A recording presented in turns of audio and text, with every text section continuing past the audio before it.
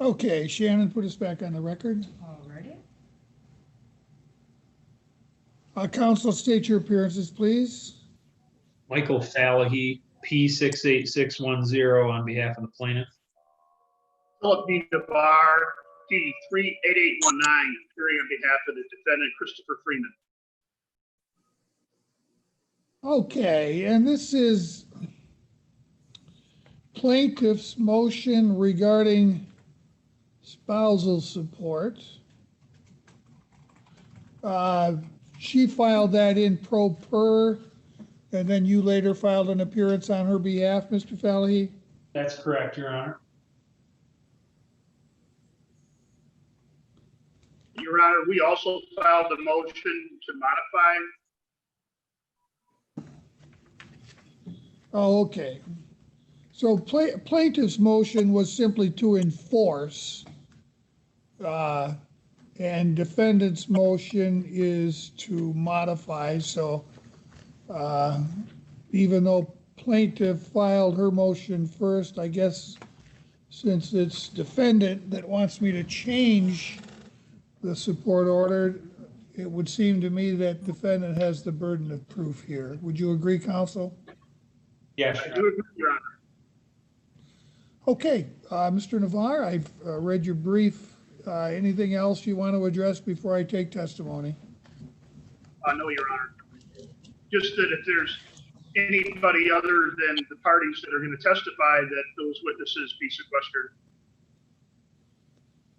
I don't have anybody else in the waiting room. I don't have any control over who watches the YouTube channel. Unfortunately, that's one of the drawbacks. If we could just verify then that the plaintiff is by herself in where she's located and that there's no one else present. Do you have any other witnesses you're going to be presenting, Mr. Fallahy? I don't plan to, no, Your Honor. And whether you plan to or not, do you have any potential witnesses with you in your office? I have no one is in my office other than me, and my client is somewhere else, I believe on her phone on Zoom. Okay. And, I should have asked. Ms. Freeman, can you hear me? Yes, I can. Okay. Is there anyone else with you that you're planning on presenting as a witness? No, I'm home alone. Okay. Mr. Freeman, can you hear me? Yes, I can. And is there any other potential witness with you? No. Very good. That solves that problem, Mr. Navarre. Thank you, Your Honor. I call Mr. Freeman, Your Honor. Mr. Freeman, would you raise your right hand, please? Yes. You do swear to tell the truth, the whole truth, and nothing but the truth, so help you God? Yes. You can put your hand down. State your full name, please. Christopher J. Freeman.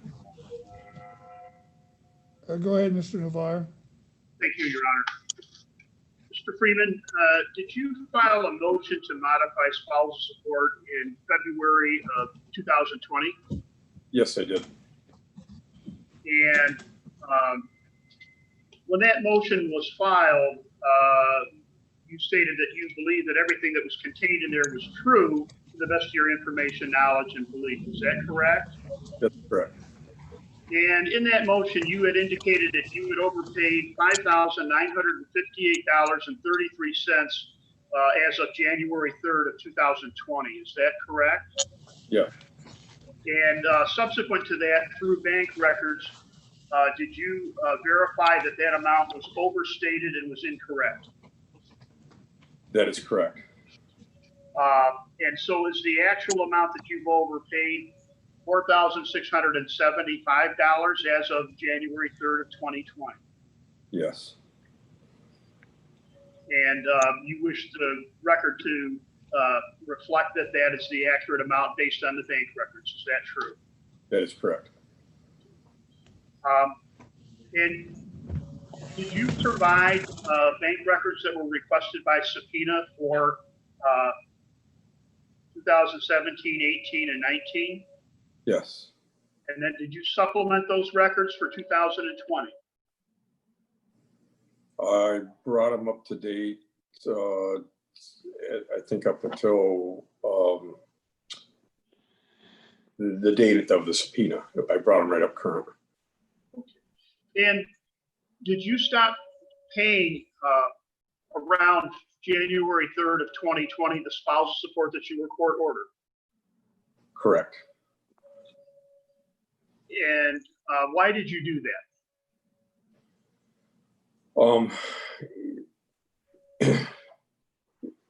Well, the main reason is my personal financial status of being overwhelmed with the bills and not being able to afford insurance.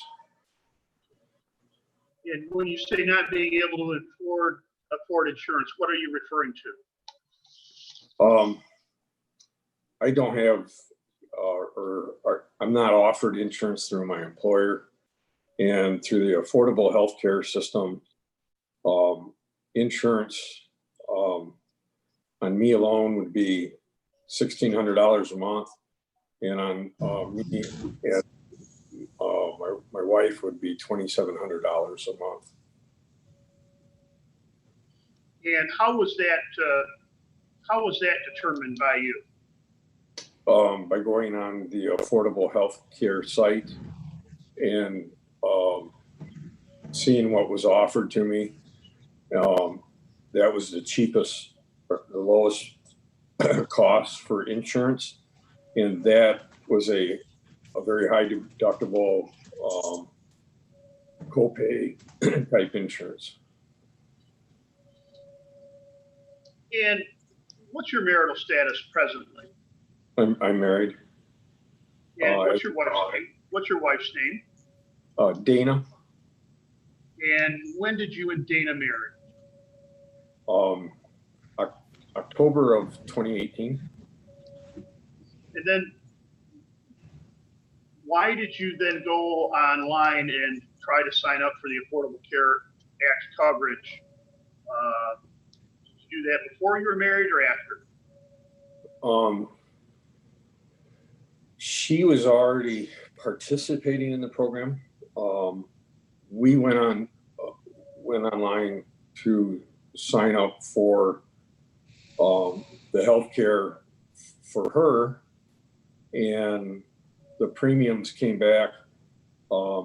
It was $90-some dollars a month, and so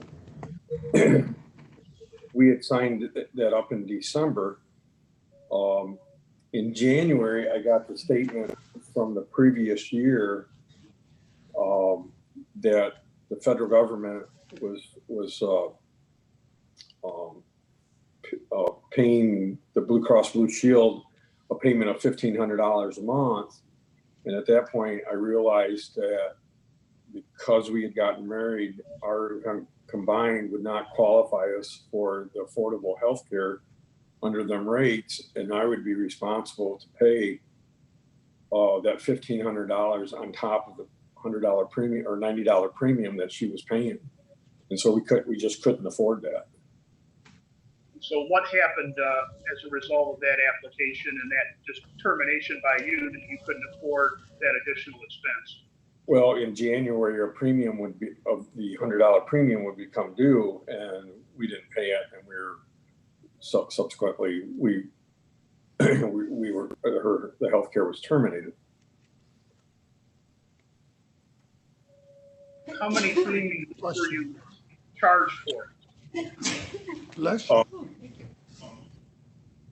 We found out in February of this year, I received a notice from the Affordable Health Care that they had charged us, or they were showing that the federal government paid under the Affordable Health Care paid Blue Cross Blue Shield $1,500 and some odd dollars a month for 5 months, even though we did not have the insurance. So did you get a bill for that amount? I had to amend my my 1040 tax return. And there's a form that I had to put with that, that would show that as, the correct terminology is not income, but I had to report that $1,500 for 5 months. And so that totaling $7,500, were you then required to reimburse the federal government $7,500? There was a maximum. There's a really drawn out formula, and the maximum penalty under my income was $2,500. Because of the COVID-19, after I filed that form, the IRS had shut down for 3 months and just came back online in June. I had sent my form in then to March 3rd and had a fax verification that they had received it. I resent it again in June, the first week in June. And then 2 weeks later, I called the IRS, finally got through to somebody, and they said that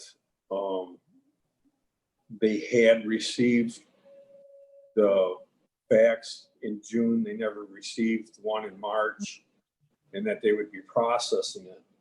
Well, 2 weeks ago, I got a letter from, I went on the site, where's my refund? And they had a notice up there that my refund had been reduced to $0. So then I called and asked them why that had happened, because even without any deductions, I would still have some money coming back. And the agent said that because of the shutdown and because they're short staff, my taxes are still pending, and that I would have to reach out to them again in August if I don't receive any kind of notification.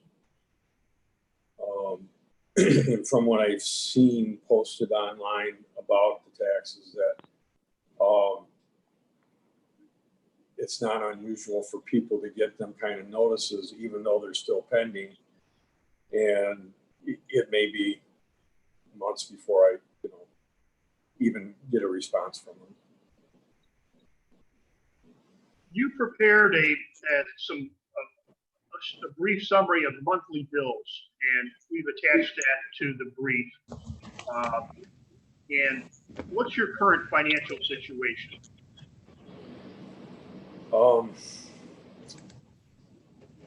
with what I had sent you, my bills,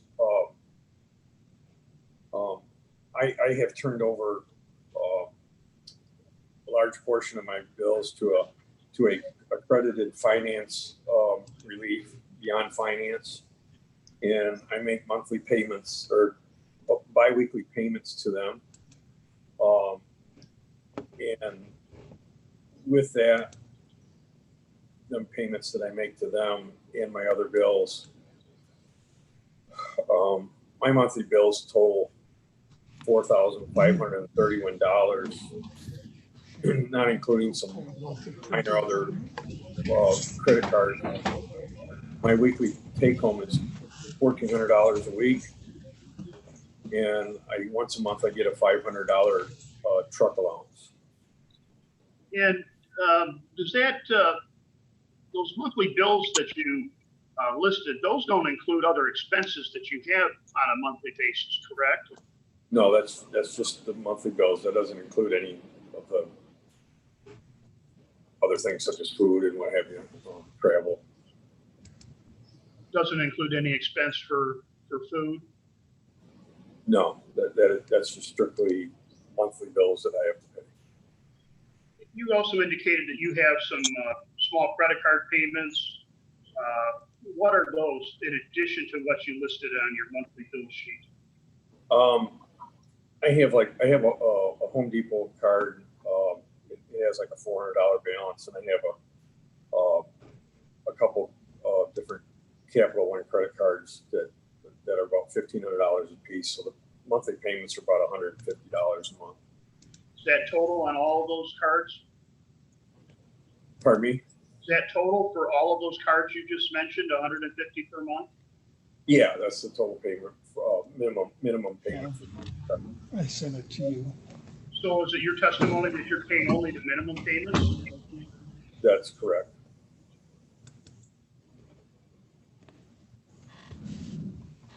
And there are additional expenses that your wife has, is that correct?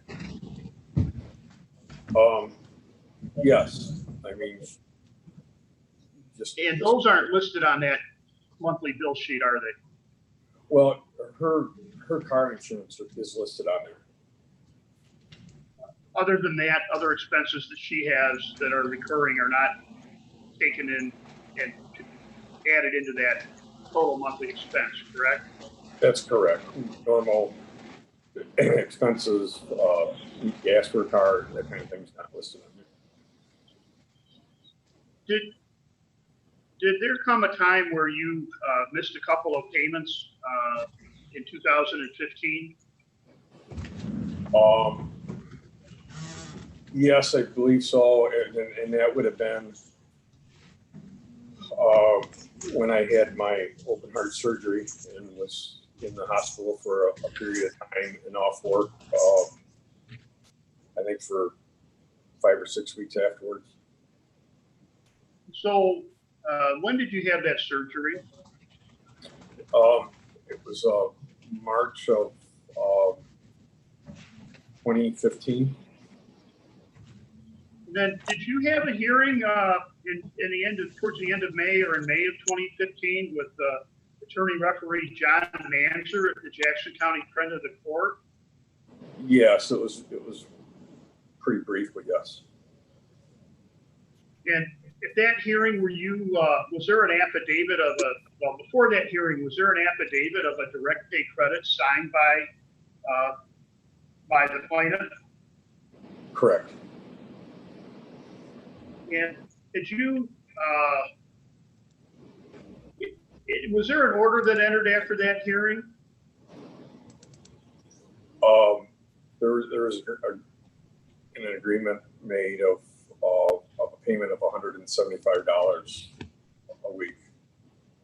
Was the agreement actually $350 biweekly? Yeah, that's correct.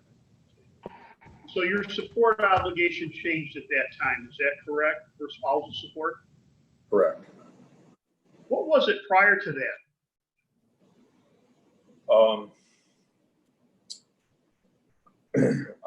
I'm sorry.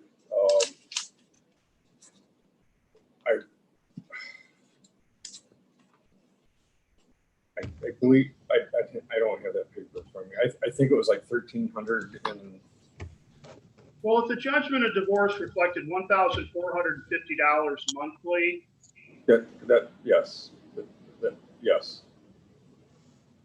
Did you make all of those payments except for the two in April and May of 2015? Yes. And then going forward in 2015, did you then start making payments of $187.50 per week? Yes. And so that continued until sometime in May of 2017, is that correct? That's correct. And did you go through and look at your bank records to see what the transfers or deposits were for those payments? Yes. And how were those payments made by you? They weren't made through the Friend of the Court, were they? No, they were. We had had a CP Federal Credit Union account where I direct deposited the money into her account.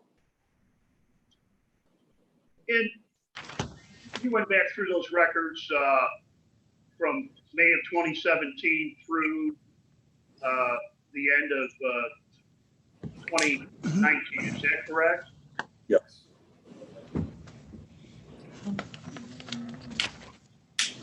And so is it your position that you've overpaid as of January 3rd of 2020, $4,675? That is correct.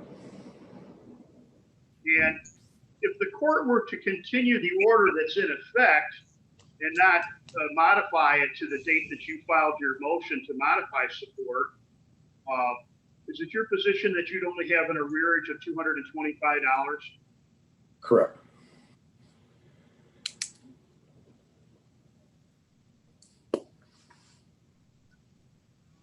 And is it true that you've been credited over $97,000 over the last 8 years for support that you've paid? That's correct.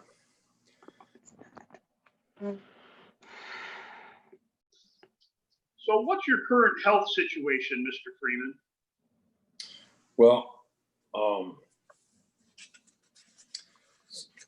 since my open heart surgery, I've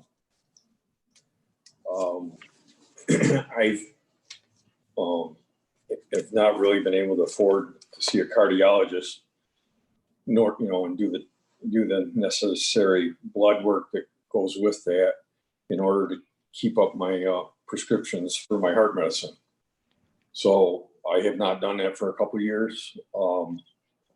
I just, I monitor my, I go to free clinics when I can to, get my sugar tested and that kind of thing, my blood pressure and that. And my numbers are good, but I've, over the last 7 months, I've lost 65 pounds. It does concern me a little bit, but my also found out recently that I also have cataracts. I have to change my eyeglass prescription, and that'll probably be like an annual thing until it gets to the point where I'd have to have surgery. Is that an expense you can afford? No, no, it's hard enough coming up with the, to change get the glasses changed. But And from a health standpoint, what other health conditions do you have that the court should take into consideration? well, I have a family history of diabetes and heart disease, and I just more or less self-prescribed. I watch what I eat really well. No, I can't eat sugar, and it kind of go with the gut feeling that how I feel when I eat stuff, and because I can't I can't afford to go through the testing and because to see a cardiologist and have a blood scan, it's $1,000 each time, not to mention what the heart meds cost. So I go to the Walgreens clinics when they have them and have my stuff monitored that way. I mean, right now that's all I can do. You indicate that your prescription expense would be about $1,000 a month without insurance. Is that true? Up to $1,000 as long as the diabetes stays under control and I don't have to take diabetic medicine. And if you were required to take diabetic medicine, what would that be? I couldn't answer that, but it would probably double. It just insulin and that kind of thing is an expense that I just hear rumors of how expensive it is, and I've only had to fill that prescription once right when I got out of surgery, and I know at that time it was the 3 months prescription was $1,000 just for that. After you and Dana got married in October of 2018, were you looking to supplement your household income by a side business? Yes, we had we had through some loans we had purchased a food truck, and we started operating the business in October of 2018, up until January, and in the process of doing so, that's when we realized Dana's health was deteriorating pretty fast to where she couldn't stand. And when we started this business, it was something that I was going to do in my spare time, but she was going to do full time. And with her not being on her feet, at the same time that we had made this decision to do this, I got reassigned to Key West, and I drive home late Friday nights and turn around 5 o'clock Saturday morning to take the truck out. It wasn't possible anymore, and it turned out that it was just, we had to get out from under it before it just snowballed on us. And so would that be fair to say that you took a significant loss on that? I took a huge loss, and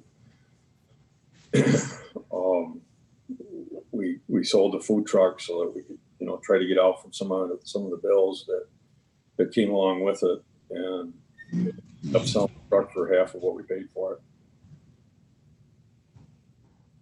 Was that loss reflected on your tax return? Yes, it was. You accurately reported that to the IRS? Correct. And why was it that you were seeking to supplement the household income through that venture? Well, we were trying to come up with an additional income that so that we could have health insurance and some of the other things. It just seemed like a good adventure for us, and it actually was working out really well until her health went south pretty quick. And so what has her health condition been since January of 2019 until present? My health or Dana's health? Dana's health condition. It's gotten worse. We've taken her to to see a doctor, and they want to do more testing, which is expensive, and we couldn't pay for it. They gave her some pain meds that really don't work, and they said it was arthritis, but they wanted to do some more testing to see, if there was something else going on. But she can barely get up and around and walk now. She stays bedridden most of the day, and it's hard. I mean, it's hard for her just to do basic chores around the house, and so I end up doing all I can when I come home on weekends. And so, are you currently? How long have you been assigned to work in the Key West area? We're in our second year. We'll be down here till October, and they renewed our contract. We'll begin here next year. And do you know how long that contract renewal is anticipated to be? From January through the end of July. And are those renewed on a 6-month basis or 7-month basis? The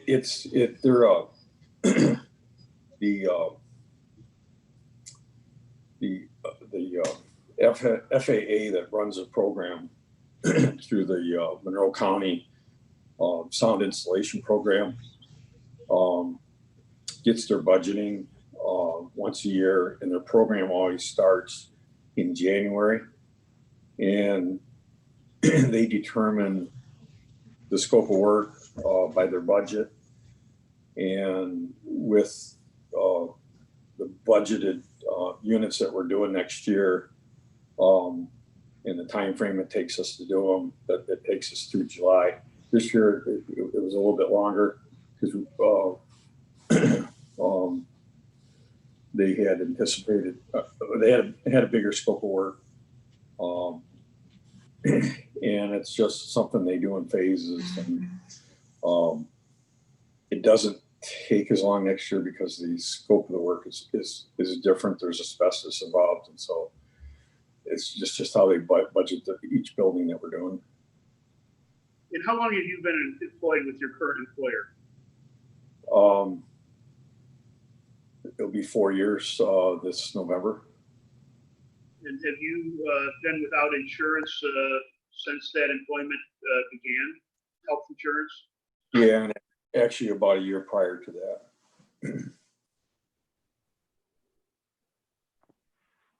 And where do you reside currently? In Lehigh Acres, Florida. Where's Lehigh Acres, Florida, It's located? It's about 40 miles east of Fort Myers, Florida. And how far is it from your residence to your employment in Key West? It takes me 5 hours. It's about 325 miles one way. One way. So, and you're going down there. When do you start your work week, or when do you leave to start work down in Key West from your house? I leave Sunday at 3 o'clock. I get down there about 8, and then I turn around and come back. I leave sometime Friday afternoon, and then every third weekend I stay down in the Key West. We have crews that work Saturday, so I have 2 assistant superintendents that we rotate so that we work every third Saturday. And you're currently still doing every third Saturday at work? Correct. And that your wife is kind of left to fend for herself at home, is that correct? Yes, she does have a son that comes and spends time there. So. Is he compensated for the services that he's providing to his mom, your wife? No. Is that something that you could afford to privately pay for? No.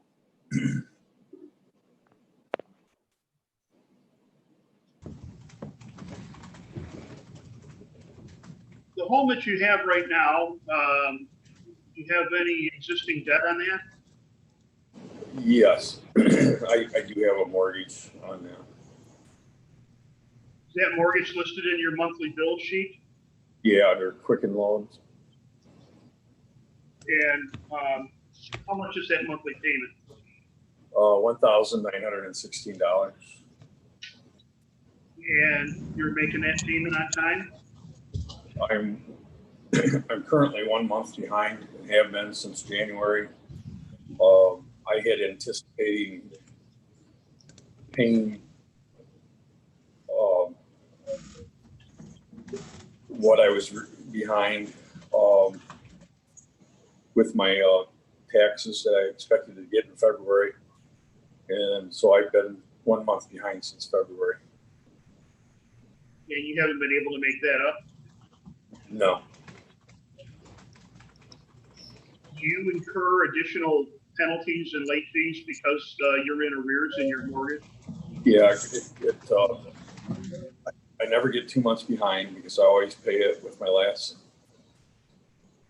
check of the month, which has my truck allowance in it. So my last paycheck of the month, I pay my mortgage before the first, so that it never gets 2 months behind. do you have any other debt on the home?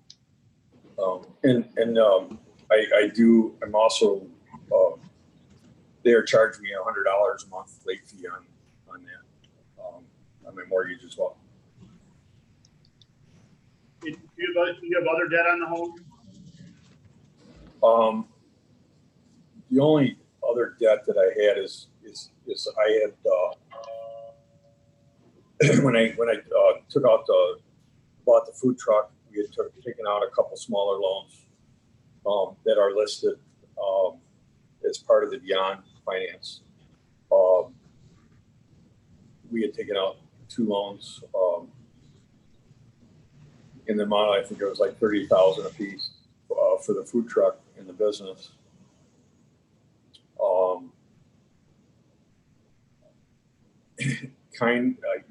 They're kind of a second mortgage, but the accredited debt relief Beyond Finance is negotiated with them to make payments. So would those have been home equity line of credits that you took out Correct. against the house? Yes. How much debt, do you know what the total amount of debt was that, the original amount of debt that you got Beyond Finance involved in to assist you in negotiating some reduction and maintaining payments?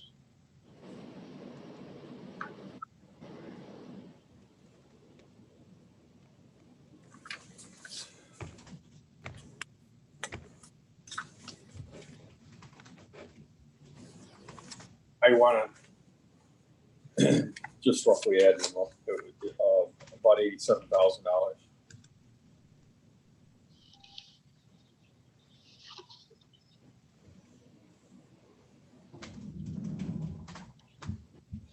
That was that was the amount of the loan before before Beyond Finance negotiated payments with them, and they were able to reduce a lot of them. That's almost a half.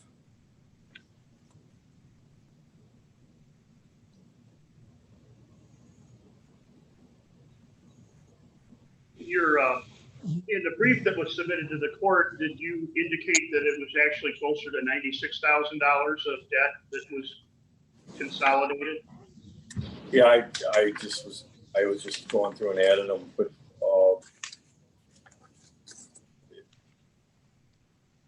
yeah, I'd have to take a calculator to it, but it could be that much.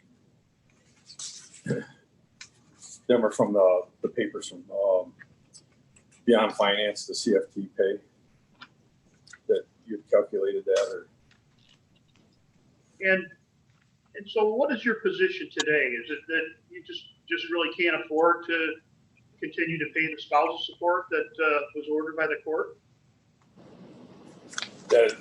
that's correct. I mean, right now I'm just staying afloat, and we need to, as some of these debts will eventually go away, we need to get some kind of health insurance, or at least be able to have money to pay the doctors, so that we can have at least some kind of doctor visits.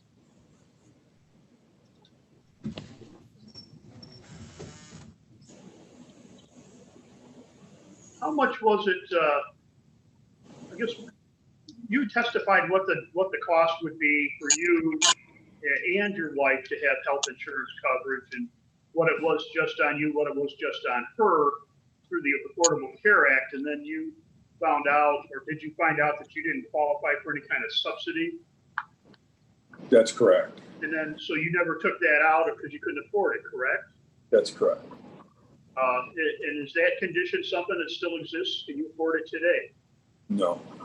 And did that policy, is that the cheapest one that you could find through Affordable Care Act in the marketplace? That's on the marketplace. That is the cheapest insurance on their marketplace, and it's really a terrible insurance. It was it was somewhere in the neighborhood of $7,500 deductible. It was a copay,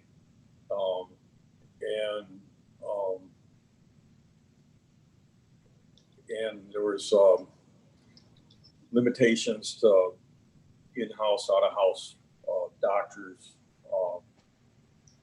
and if on top of the premium, if we were to actually use the insurance, I'd figured it'd cost us another $10,000 if we went, and if we used the insurance and before it kicked in and used up the deductibles and everything, it was just impossible.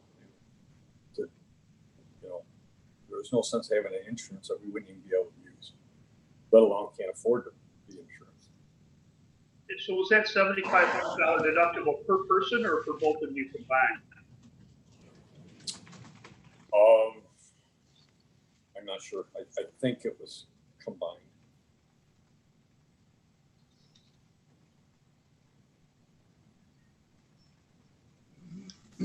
When's the plaintiff going to turn 62?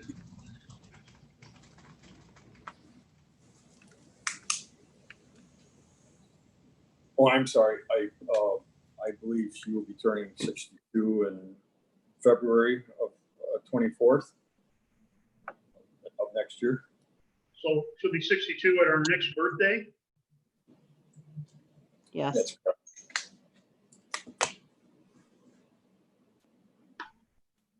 Is that true? She'll be 62 on her next birthday? Yes. And to your knowledge, would she then be eligible for Social Security? That's my understanding.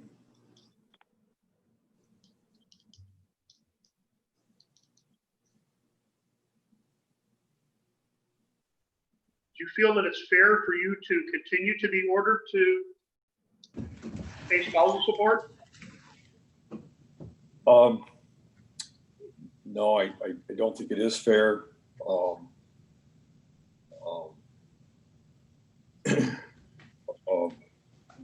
And my reasoning is it really comes down to the insurance.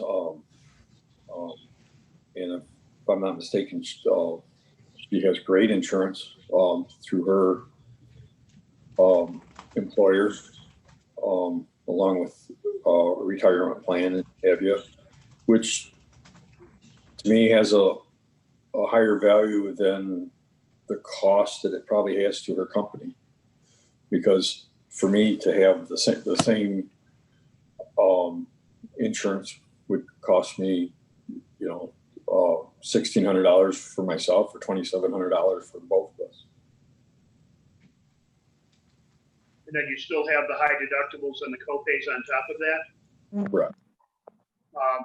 And have you been able to put anything into a deferred compensation or retirement account or IRA? No. Is it your understanding that the plaintiff has a retirement account and has an employer match to that retirement account? Yes. Anything else that you think the court should be aware of based on your situation? Have you looked into maybe the cost of living where it is where you reside? Yeah, the cost of living in Florida, a lot more expensive than it is in Jackson, Michigan.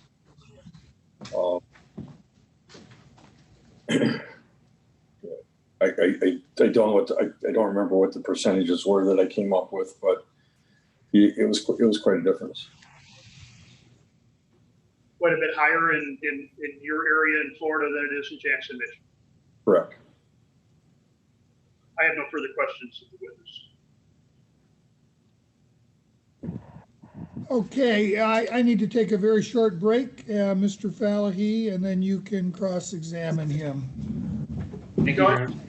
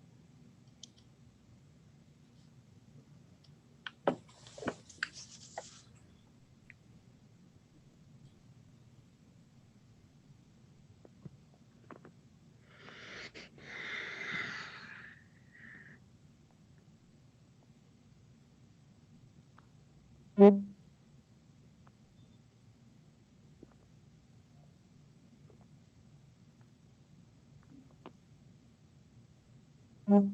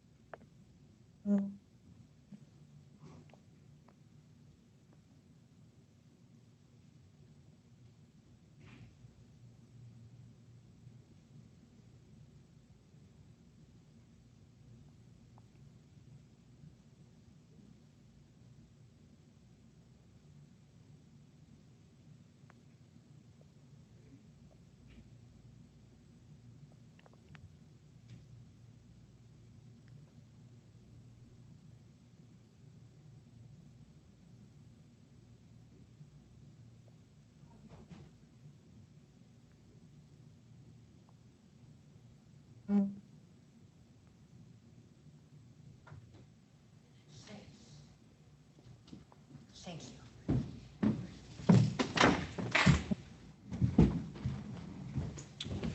Okay, Shannon, put us back on. All right. Okay, go ahead, Mr. Falahy. Thank you, Your Honor. Mr. Freeman, can you hear me? Yes. Okay. So it looks like, Mr. Freeman, you haven't testified as to your actual gross income for the past few years. It's correct that you made a little over 91,000 in 2017, 2018, and 2019. Is that correct? 91 in 2019. That's not the adjusted gross. That was my pay. And I believe that's what it was in 2018, but in 2017 it would have been less.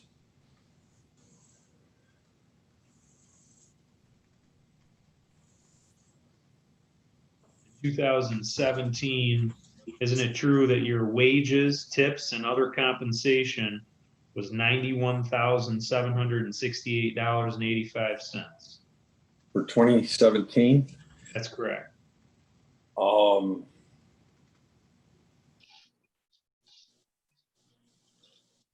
yeah, I'm sorry, I don't have my 1040 for that year, but to me, that sounds like it was high. I was thinking more on 2017, it was more like 85, 86, but I could be wrong. Thank you. I appreciate that. Let me try to refresh your memory here. I'll see if I can get this close enough where you can see it.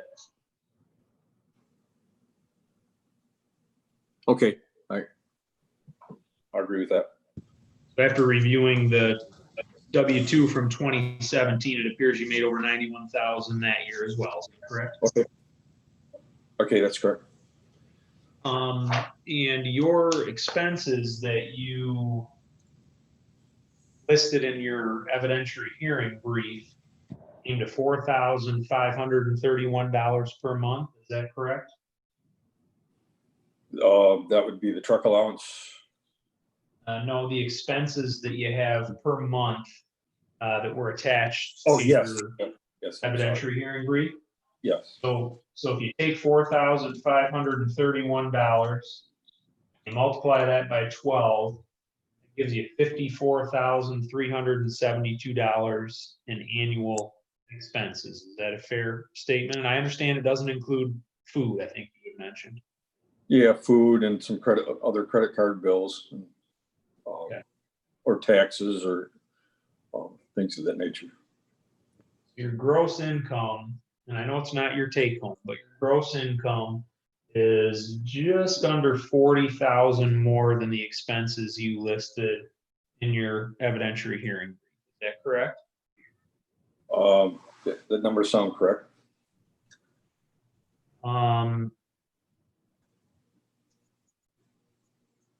Do you plan to introduce any medical records today that would support or substantiate some of the testimony you've given about some of your medical issues that you have ongoing? I would be glad to forward the most recent eyeglass visit that I just had, but the other medical expenses, I can't go to the doctor, so I don't have any.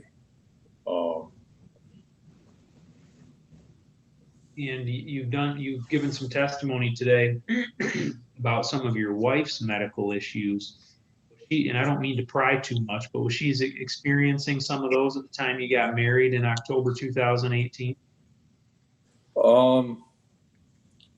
Not to the severely that she did 3 or 4 months later. If you recall, what types of medical issues did she have in or about October 2018 when you got remarried? None.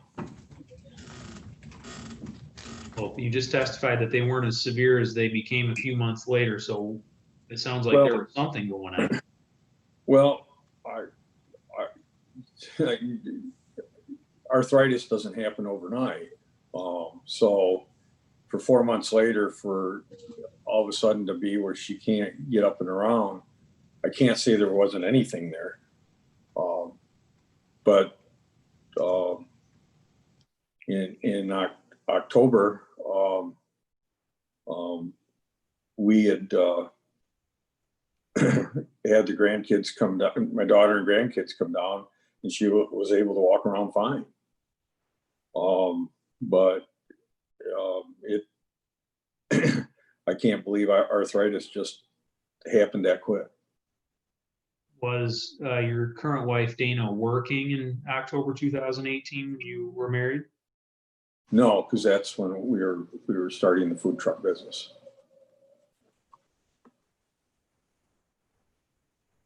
When was the last time she made an actual wage as an employee or a 1099 as a contractor?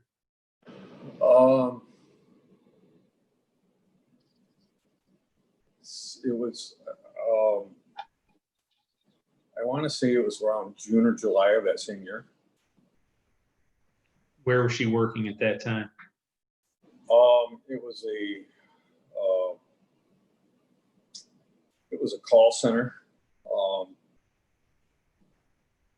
I can't recall the name of it, but she answered calls for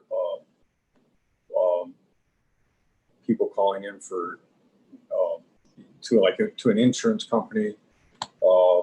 She would take the call and decide, where to transfer them. But it was a call center. It was a temporary call center. During the term of your current marriage to Dana, she hasn't had any type of gainful employment. Is that correct? Since we've been married, or? Correct. Yeah, since you've been married. Correct. Has she been declared disabled by the state of Florida? Is she receiving any disability income? No, nothing. Have you applied for it? Nope.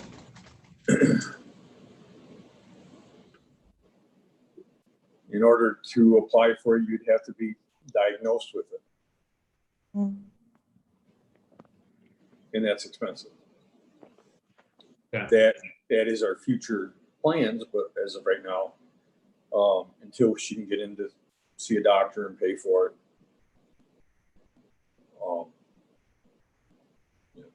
I'm not aware of other opportunities, because she doesn't qualify for any assistance because of my income. Were you are you on pace in 2020 to make at least $91,000 like you have the past 3 years? If I get the same bonus that they did, yes.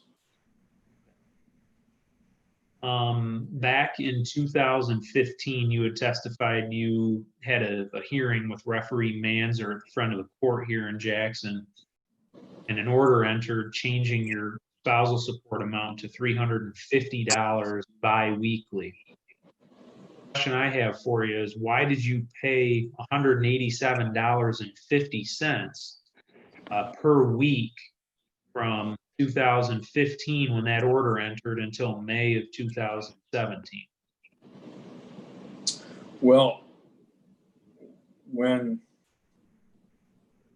the when the friend of the court was taking the payments, there was a fee involved, and I can't explain why I overpaid it, but I did, thinking that I somewhere in doing the math, when I did the math before, when the friend of the court was doing it, there was a fee involved, and I don't know why I overpaid it, but I was paying more than what the agreement was. Then why'd you change that to $200 per week starting in May of 2017 through December of 2019? I don't know why that happened. And I know at the same time there was some, we had changed some accounts, bank accounts and stuff, and I don't know if it was just rounded to 200 but it was 200. Did you ever discuss that with my client, with your ex-wife Diane? I mean, she must have wondered, or you wondered, why a different amount was coming out of your bank account. Is that correct? We never discussed it since it was redetermined. At that point, she became. We hadn't communicated very much at all since then. Okay. And is it your testimony that the credit that my client gave to you of, I think it was around 25,000 back in 2015, is it your testimony that you actually paid all those funds to her?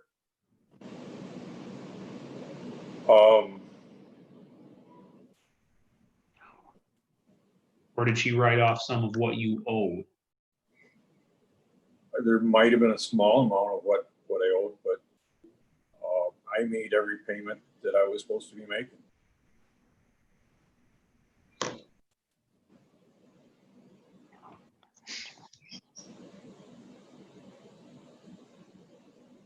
And you would agree that when you stopped paying the spousal support in January of 2020, there was still a court order in place that required you to pay that amount, correct?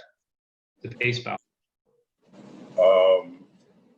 Yes, I told her in December that it was going to happen, early December, and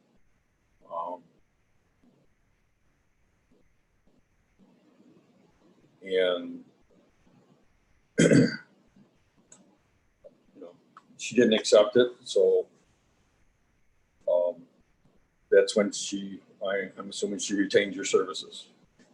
Why didn't you file a motion in December to ask the court for permission to stop paying spousal support? Well, when I had made we had taken it out of the front of the court.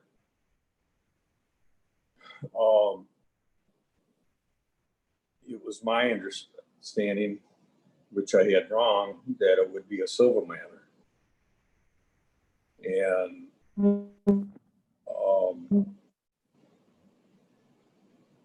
And when I told her I was stopping, I was really expecting her to accept it. She didn't. And I didn't realize that, the proper procedure would have been to file a motion to modify.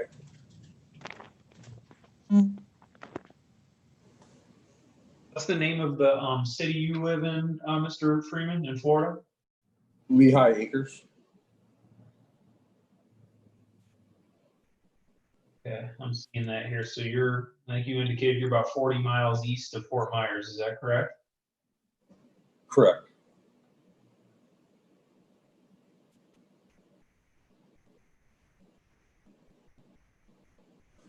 And what research did you do that would lead you to believe that the cost of living in Lehigh Acres is higher than it is in Jackson, Michigan? Because there are a lot of inland areas in Florida that are, it's my understanding, a very cheap cost of living if you're not right on the coast. Well, there's sites where you can put your zip code in, and that'll give you a cost of living index, if that's the right word for it. And you can do the same thing for Jackson, Michigan. Put in the zip code. So the only research you've done. That's I'm no, sorry. I've lived in Jackson for years, and I know what the cost is out here, and it is different. Things are a lot more expensive out here. Still living at 240 Nebraska Ave South in Lehigh Acres? Yeah.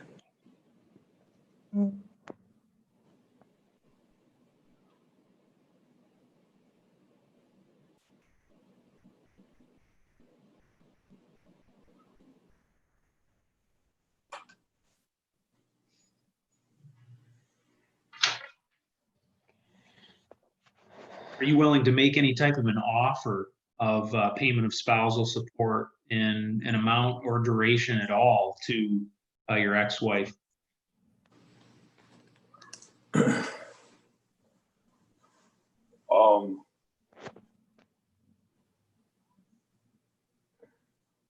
I you can see how much money that what my bills total. So any offer that I would make her would be a sacrifice just from the normal day-to-day expenses that normal people have and health coverage.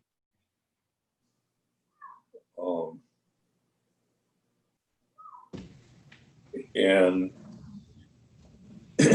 yeah,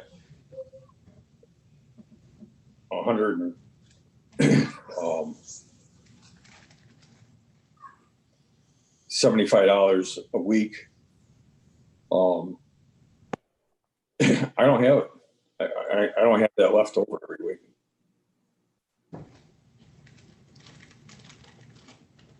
What other expenses do you have that maybe you haven't mentioned here in court today? Because it seems based on your budget and your income that there should be some income left over.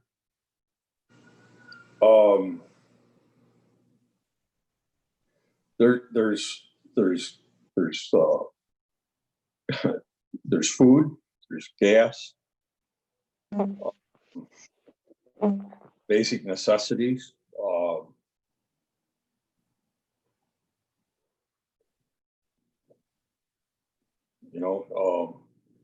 Oil changes, the cars, putting gas in the lawnmower. There's a lot of other expenses that wouldn't be listed here.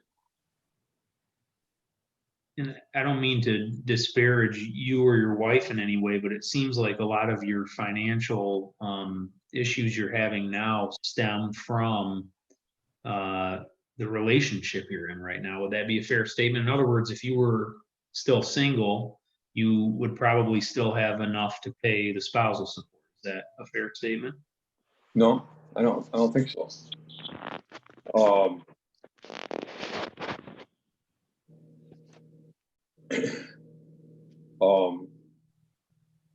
Other than paying her $122 a month car insurance, the other expenses are to me are normal expenses. true, isn't it true that your income now is higher than it was in 2012 when you divorced?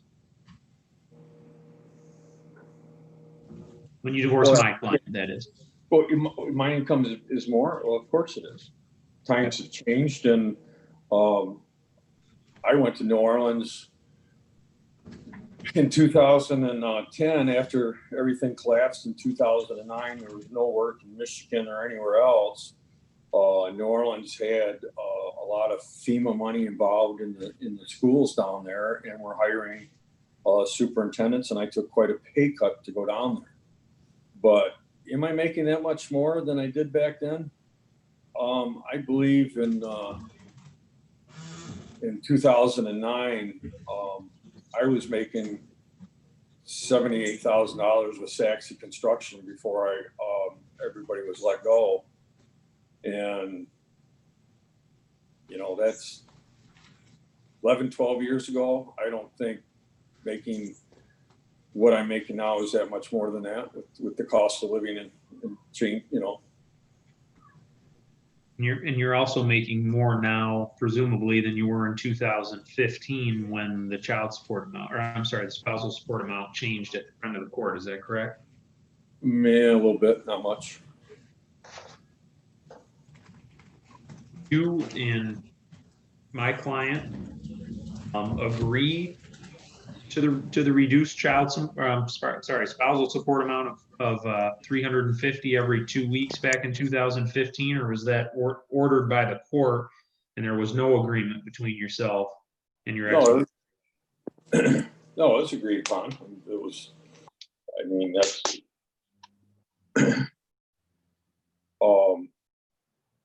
I don't know what came first, whether the order or that was the amount, but that's what she agreed on.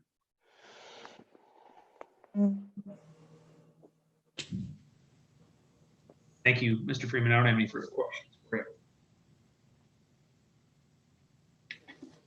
Mr. Freeman, how old are you? 62. When do you become eligible for Medicare? I believe that's 63.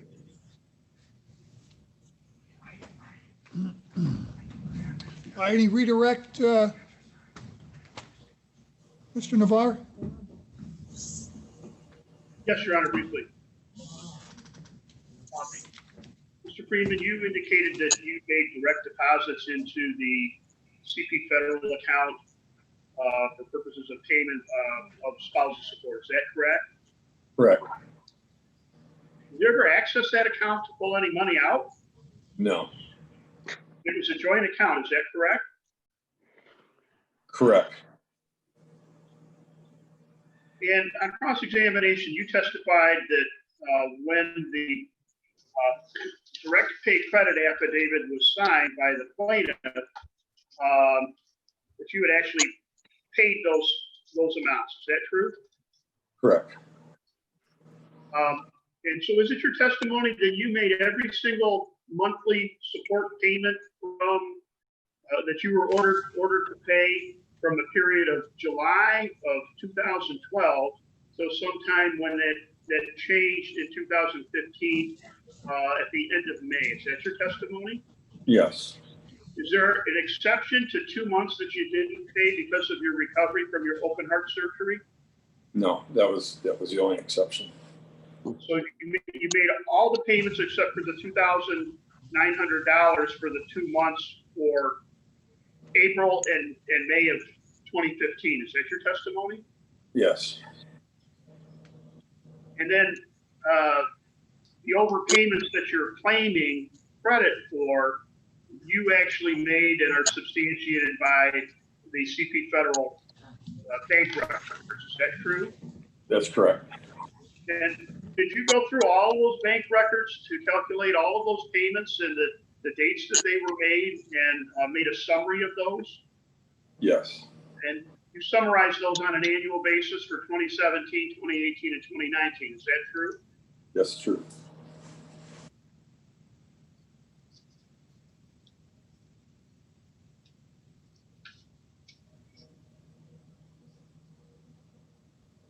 And So in your trial or in your evidentiary hearing brief, you indicated that the payments that you made as of from July of 2012 through December of 2019 total $97,075. Is that correct?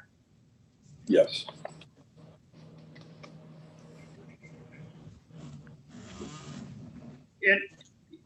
In December, you had a discussion with the plaintiff about stopping the payment of the spousal support because you couldn't continue to afford it. Is that true? That's correct. And you were asked why you didn't file a motion to modify it. Correct? Yes, correct. And did you have the money to hire counsel to modify it at that time? No. Did you try to work that out with your ex-wife, the plaintiff herein, and you weren't able to come to an agreement? Is that true? No, the text I got was see you in court. Okay. And you were attempting to resolve this sooner as opposed to later through the court process. Is that correct? Correct. And that was the reason that you filed the motion to modify? Yes.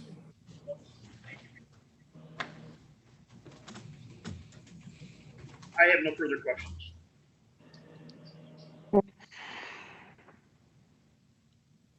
Does that conclude your presentation, Mr. Navarre? It does, Your Honor. Mr. Falley, I guess it's your turn.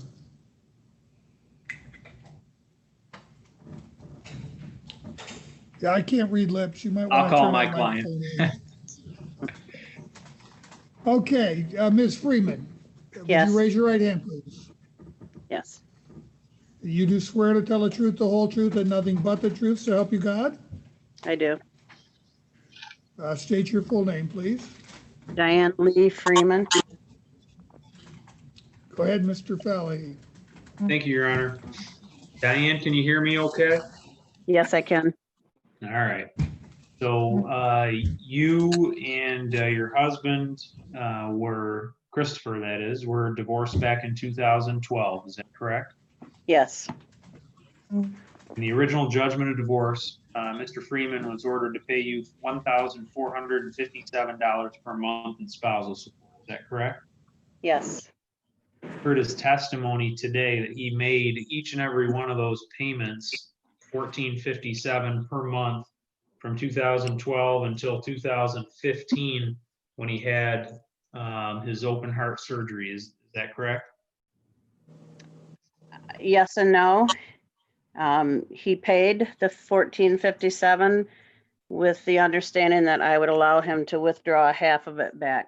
I always gave him half back. Okay, how did that agreement come up? How did you and Mr. Freeman reach that agreement?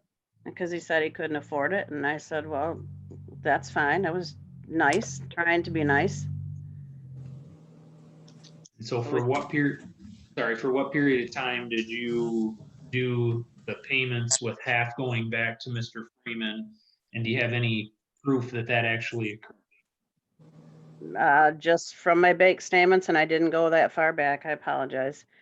We did that until we did the friend of the court hearing, and that's where the decision of the $700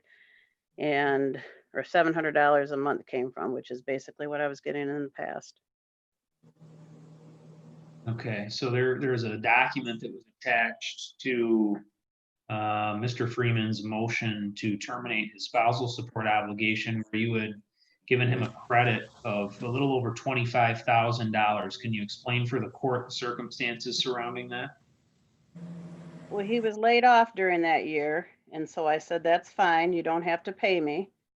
So we just verbally agreed on that, and then he got the thing from the court showing that he was behind on spousal support. So I agreed to sign it showing that he had paid it, which he had indeed paid part of it, but not during the month. I believe it was February through end of April that he was laid off. That was prior to his open heart surgery. I don't know the year of his open heart surgery, but I wrote it off. So when going back to your arrangement that you had with Mr. Freeman, how would he receive half of those payments back? 2012 through 2015 after he would make the payment to you? We had the joint CP federal credit account and he had the debit card just like I had. During that time period from 2012 through 2015, would he actually take those funds back or use that amount per month on the debit card? Of course. Yes. Then start, and I guess what were the circumstances surrounding your agreement then in 2015 to change the spousal support amount from $14.57 per month to $350 per month? I'm sorry, every other week, every 2 weeks. Well, we decided to take it out of the court's hands, so if something like that happened again, he would not get in trouble where they were going to garnish his wages. So we just took it out of their hands, put it in ours. And since that's the amount I had been getting all along, that's the amount we agreed on. Starting in 2015, Mr. Freeman was ordered to pay you $350 every 2 weeks, but it looks like he was paying more than that. Can you explain why, if you know, there were additional payments being made? I don't, but I did tell him, hey, you're sending me 200 a week, that's more. And he said, don't worry about it. So he wasn't there. So you don't dispute then that he did overpay you for that period from the entry of the order from friend of the court in 2015 through May 2017. During that time frame, he did pay you the $187.50 per week. Is that correct? Yes, that's correct. He did pay that. And then from May of 2017 through December of 2019, he had been paying you $200 per week. Is that correct? Yes. And had he made all of those payments as far as you're aware? Yes. What were the circumstances in December of 2019? Mr. Freeman indicated he reached out to you to let you know that he was going to stop paying spousal support in January of 2020. What were the circumstances of that conversation? He just told me that he no longer could afford it. And I said, well, it's a court-ordered document. I needed the help as well. I mean, I don't live in a house with a pool, and her son is living with them. I did have my daughter and her 2 children living with me, and I also had a foster child living with me. So they were helping me pay rent and take care of expenses. But now due to COVID, I have lost my job and everyone has moved out of my home. So I am in a financial bind as well. And what is your rough gross annual income before taxes are taken out each year? 33, I believe. Last year I had to borrow from my 403 to make ends meet. Okay.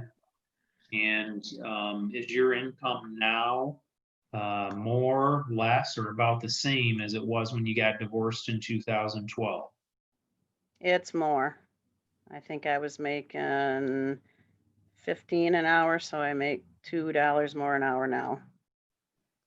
Okay. And then how about same question for 2015? Is your income more or less or about the same as it was in 2015 when you and Mr.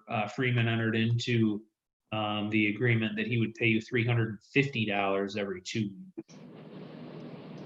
Every year I would get a quarter raise. So every year my income goes up very little, but we get a quarter raise from Henry Ford. Quarter an hour. Okay.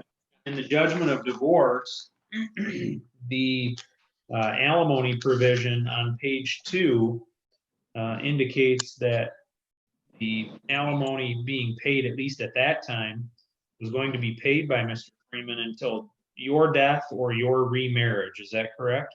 Yes, that is correct. I'm assuming since you're talking to us today that you're still alive, right? Yes. And are you remarried at this point? No. Have you gotten remarried at all since 2012 when the original uniform spousal support order was entered? No, I have not, sir.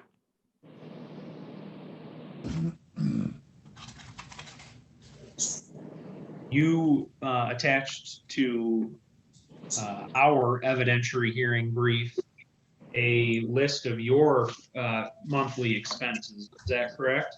Yes, And your current monthly expenses total in the neighborhood of about $20,300. If you add that, if you add up the monthly expenses and you multiply by 12, your annual expenses based on what's in the evidentiary hearing brief equal $20,304 per year roughly. Is that correct?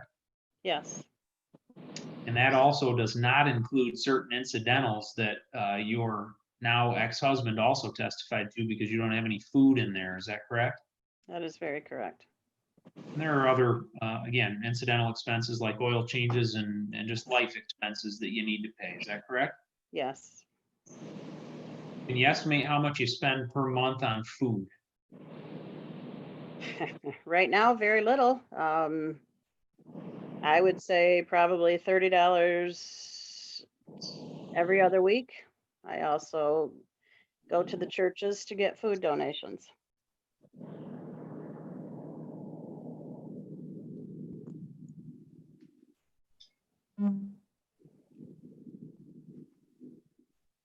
How many years have you been employed? Well, first of all, where are you employed? Is it at Henry Ford Allegiance South? Yes, For how many years have you worked at Henry Ford Allegiance? 21 years minus 8 weeks that I quit my job to go to New Orleans with my ex-husband. When he initially moved down to New Orleans, were you planning to potentially move down there with him, or what happened? Yes, I had planned to move down there. We rented a U-Haul. I cashed in my 403B, moved everything up. My daughter and grandkids came with us, and we were there 3 days when I found out he had a girlfriend. Then Oh, you I packed came- up and moved. I packed up and came back, brought the grandkids.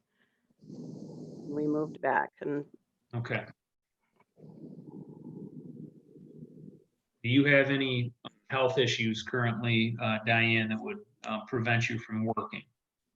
I have high blood pressure. I've had 2 knee replacements, and I'm having another one on the 14th of August. I have arthritis, but I cannot not work, so I will be working.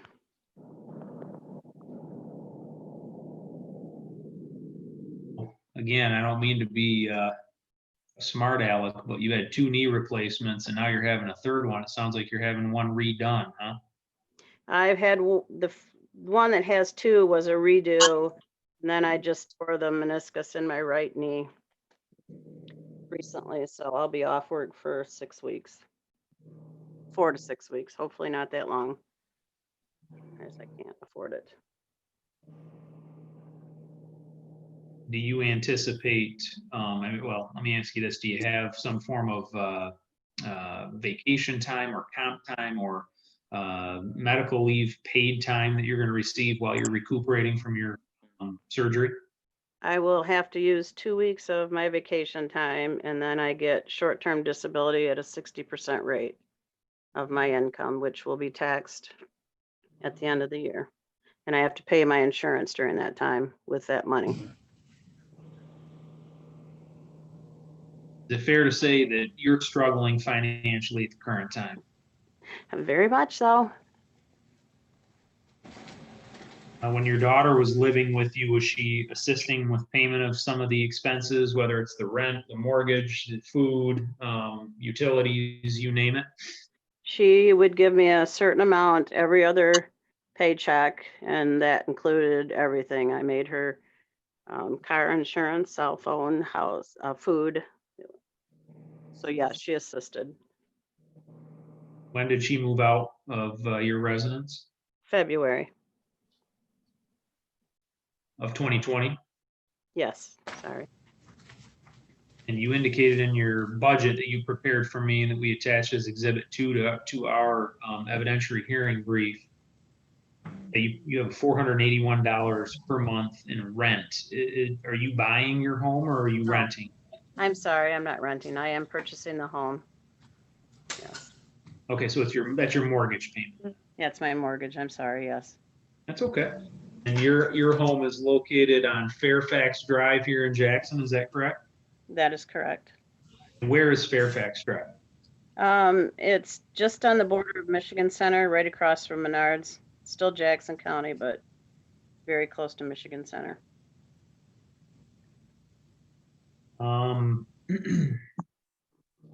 You are currently 61 years old, is that correct?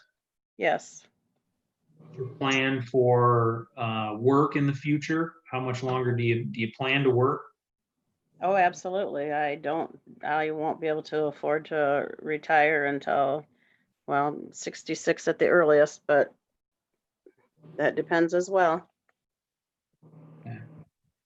And while you may be eligible for minimum Social Security payments starting next year, or at least when you turn 62, or is it your intent to hold off on claiming and starting to receive that Social Security? Absolutely. You've mentioned this already, but how many times have you had to withdraw funds from your retirement account in order to pay your living expenses? I've done it twice last year and once this year so far. And depending on how things go, I will have to withdraw again, I'm sure.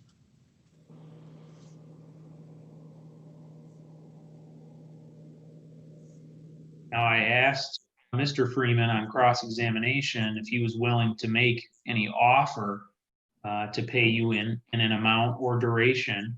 And we obviously heard his response. What amount and for how long are you requesting the court to order spousal support? I would like spousal support until I become 66, 65 at the least, but I know I won't retire at that age. And I don't know how I feel about the amount. I've been nice, and nice has gotten me nowhere. And you obviously saw the evidentiary hearing brief that I submitted earlier today on your behalf. Is that correct? Yes, And in that, we had requested $1,000 per month for the next 5 years. Is that correct? yes, Would you be satisfied with that award? yes, very much. If the court were to keep the current ordered amount, which is $350 every 2 weeks, would you be satisfied with that award? Yes, that's what I was used to budgeting on. Was it a surprise to you when you saw the Washtenaw County non-binding spousal support calculations that recommended, based on your current incomes, Mr. Freeman pay you $1,200 and I believe $46 per month? Well, yeah, I was surprised. I didn't think it would be that much, but I knew it would be more than I make. Do you and Mr. Freeman continue to have any contact? Do you guys talk about your current lives and living situations, or is your contact minimal? Up until the alimony stopped, we had a very cordial relationship. Or you were cutting out there, did you say very cordial? Well, we talked. I mean, we have a daughter, so I mean, I don't wish him any harm or any ill will. Yeah, you're looking out for yourself, is that correct? Yes, very much. How old I is did- your how old is your daughter? She is 30. Is that the only child that you and Mr. Freeman had together? Only surviving. During the marriage, were you or Mr. Freeman or both of you the primary caregivers of your surviving child? I was the primary caregiver. He has traveled in his job. 90% of our marriage was on the road and traveling.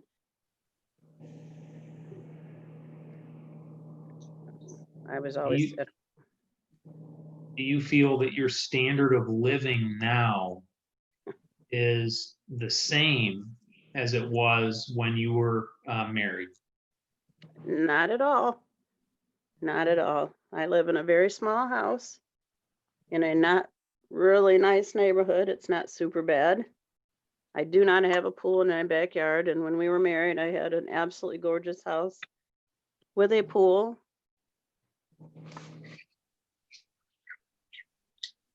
And the amount that you're requesting, whether it's the 1,000 you've requested as described in the evidentiary hearing brief, or the 700 roughly, or 350 every 2 weeks, is that necessary for you to at least maintain a minimum standard of living that you've become accustomed to since 2015? Yes, it is right now. Like I said, I lost my second job due to COVID, and I catered with a friend periodically, and I lost that job due to COVID as well. So I worked 7 days a week up until my knee surgery, and then COVID hit. What was the second job you were doing that you lost because of the pandemic? It's, they call them foodies when you go to Sam's and you get samples of food. But I worked in Ann Arbor at Whole Foods, an upper class or higher class, I should say, sampling, offered samples to customers, but that's no longer allowed. Okay. And Diane, is there anything more that you want to tell the court that you haven't already testified to? No, not that I can think of. Thank you. I don't have any further questions for the witness, Your Honor. Cross-exam, Mr. Navarre. Thank you, Your Honor. Mrs. Freeman, you testified on direct examination that you were kicking back half of what was being paid at the rate of $1,450 a month to Mr. Freeman. From sometime sometime in 2012 until May of 2015. Yes, minus the time that he was laid off in 2015. And when you say laid off, was that the time that he had his open heart surgery, to your knowledge? He had that in the fall. He was laid off from his job, and so I said, don't worry about it. You know, I'm not a bitch. But then the courts sent him the letter saying that he owed me that money, or he owed the courts, or they were going to garnish his wages. So I agreed to write it off. So is it your testimony then that he had that open heart surgery sometime in the fall of 2014? No, it was in 2000. I listening to him. I don't know when it was. 15. Well, he had testified that it was in March of 2015 that he had open heart surgery, quadruple bypass, and that he didn't make a payment in April or May of 2015. Is that your understanding? Well, I don't know the years exactly. I just know he was laid off, and at that time I said, don't worry about it.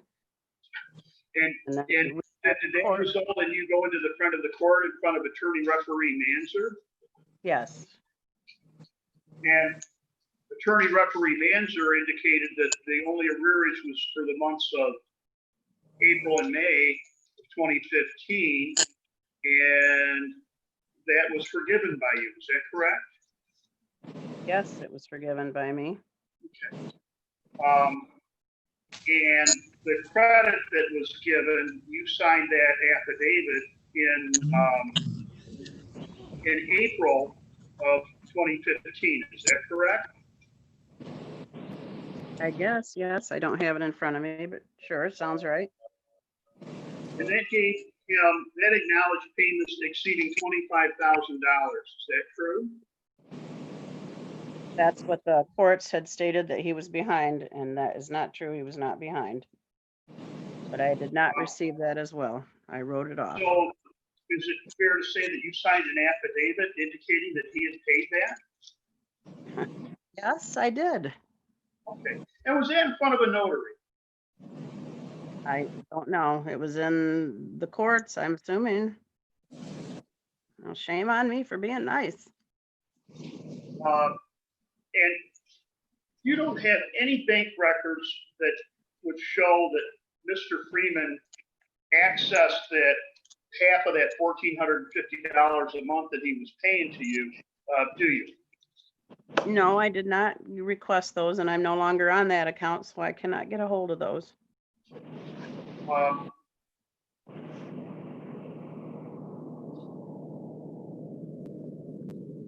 Ask So him if he who did received you sign, what notary did you sign in front of when you signed that support credit form? Where did you sign that document, if you recall? As I recall, it would have been in court. Okay. Courthouse.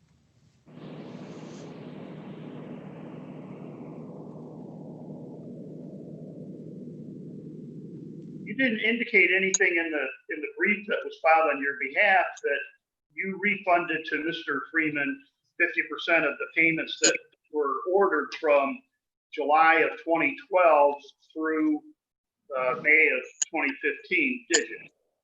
No, I, And you don't have any supporting documentation other than your testimony today to substantiate that those transactions occurred. well, I can go back and see if the bank will release those records, but ask Mr. Freeman. The agreement we made. So you're still working at Henry Ford Allegiance, is that correct? Yes, it is full time. And the other job that you had was for a business called Demolicious, is that true? That is correct.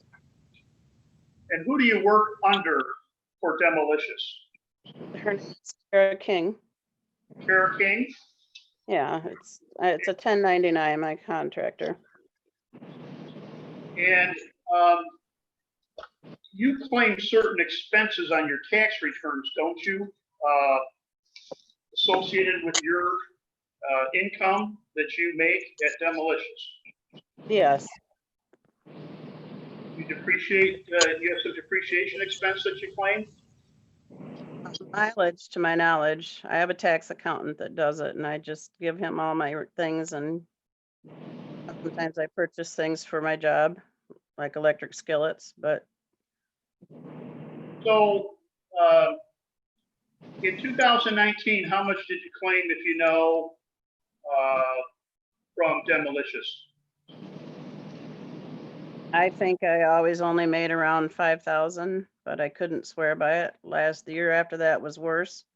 Or not the year after that. Last year was worse because I had my knee replacement, so I didn't work much. And what type of painting were you employed as a painter or doing painting? What type of work were you doing? I was not a painter. What was the other job that you had? That you were doing something with a friend? I bake. And he pays me for, like, if I have to make a cake or a dessert, and then he pays me. And who was that you worked for doing the baking? Well, it's basically just a friend. He has a catering business, but I'm not employed by him. Are you doing contract work, getting 1099? No. He just calls and says, "Can you make me a cake?" And so I do, and I charge him $20. And so that catering's not going on right now because of COVID-19. Is that your testimony? That is my testimony, exactly. How long did you work with this friend in his catering business, doing this contract work?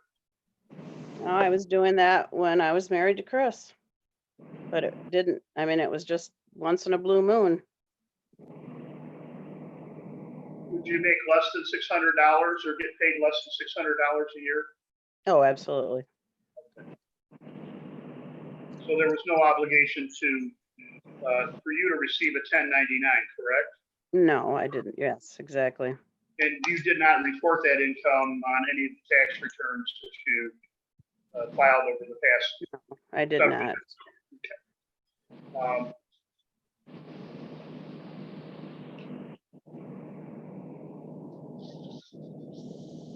In 2019, did you have additional income? Did you have income in addition to the demolitions income, the Henry Ford Allegiance income, and the catering income? No, not that I mean, I didn't work anywhere else, no.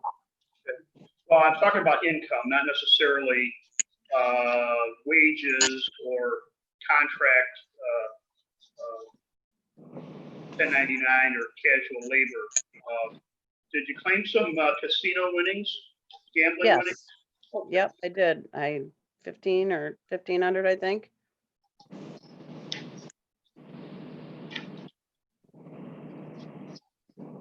And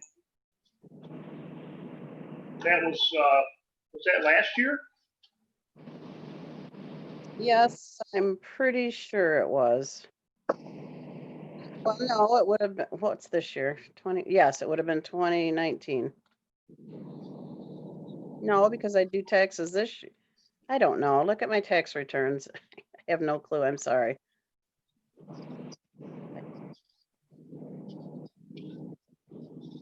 And where did you where did those gambling winnings come from? Where did the gambling winnings come from? Yeah. The casino, Firekeepers. Okay, thank you. That answers the question. Didn't know if it was some other form of Oh, no, I'm sorry. No. No. So how often do you go over to Firekeepers?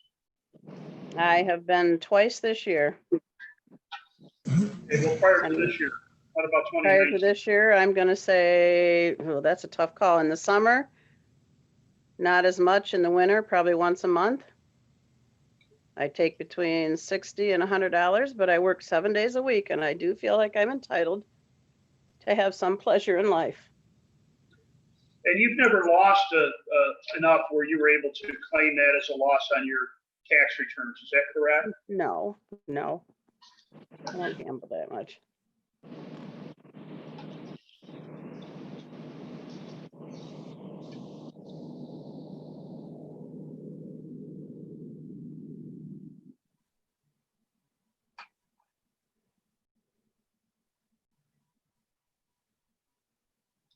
How much does it cost for you to have professional health care insurance through your current employer? I pay about $200 a month for my health care. That includes optical, disability. It's not just health care. Dental. Not 200 a month. I'm sorry, 200 to pay. Does that include vision? Does that include my pension? No, vision, optical. Yes, a bit. I apologize. Yes, it does. Those are extras that I have to purchase. But your employer picks up the rest of the expense, correct? Yes, And is it fair to say that you don't know what that total expense is?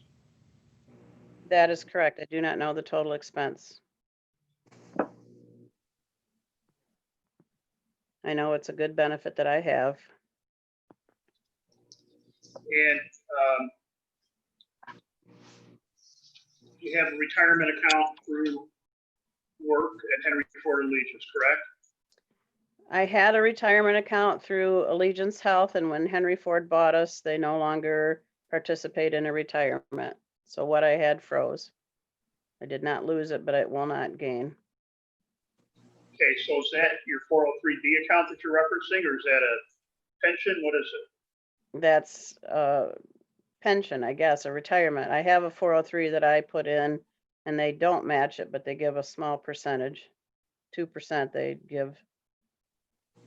Okay, so they contribute 2% currently to the 403B your other retirement account has been frozen because that was with Allegiance before the combination of Henry Ford and Allegiance Health. Is that your testimony? Yes. Thank you. I have no further questions. Any redirect? No, I don't have any further questions, Your Honor. Does that complete your proofs? I'd like to call Mr. Freeman again, just briefly, Your Honor. Okay, Mr. Freeman, do you understand that you're still under oath? Yes. Go ahead, Mr. Falley. Thank you. Mr. Freeman, you've heard the testimony of your ex-wife, my client, indicating that you had taken some amount of the funds back that you paid from 2012 through 2015. Is that true or false? I don't recollect taking funds back from that account. In fact, at one point, I didn't have a card to access the account as a debit card, as she had said. And the money was put in the account through a direct deposit.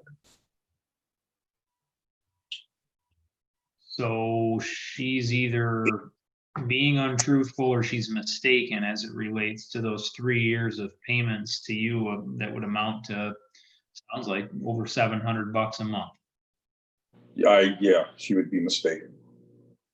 Okay. And your current, I heard Ms. Freeman testified that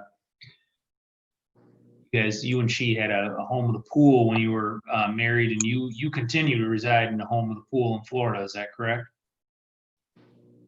Well, yes. I mean, it was her spending habits that we had to get rid of that house, but yes, we did most of the work ourselves when we put the pool in, because I am a contractor, so I can afford some things that I wouldn't normally be if I wasn't a contractor.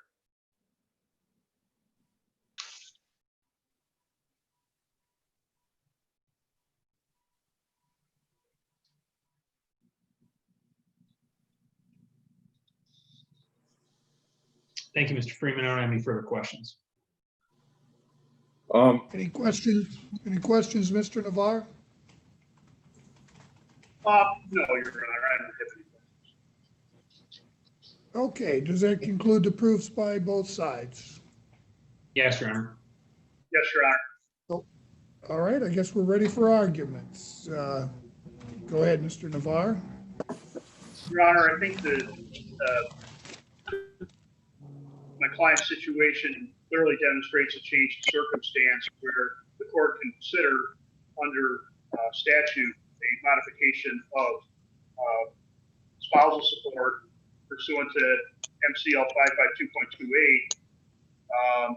We filed our motion in February of 2020, and originally my client's position that this order resulted originally resulted because of the default judgment. So it wasn't like there was an agreement. It was something that was thrust and forced upon him. And it's his position outlined in the motion that it was excessive from the very beginning. But he paid it until it was modified by agreement of the parties, and then he overpaid by making payments of $187.50 biweekly. And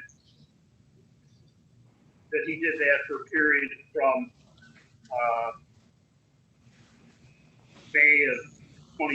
end of May, beginning of June of 2015 through May 12th of 2017. And that he seeks credit of $1,250 for those 50 payments that were made biweekly through a direct deposit into the CP federal account. And I believe that he's entitled to that $1,250.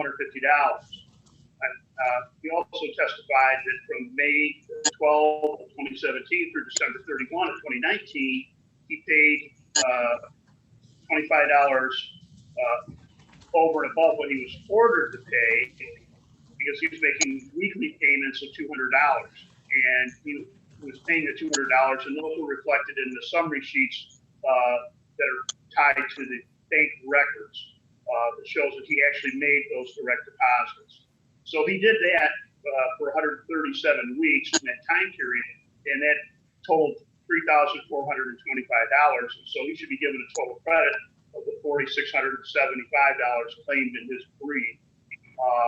And if the court's order, which my client didn't follow, but filed a motion to modify, the court looks at that from January 1 of 2020 through today's date, he would have been charged $4,900 based on the biweekly $350 court ordered payments. So those would constitute 14 biweekly payments for $4,900. And if he's credited at $4,675, as we sit today, he's $225 in arrears.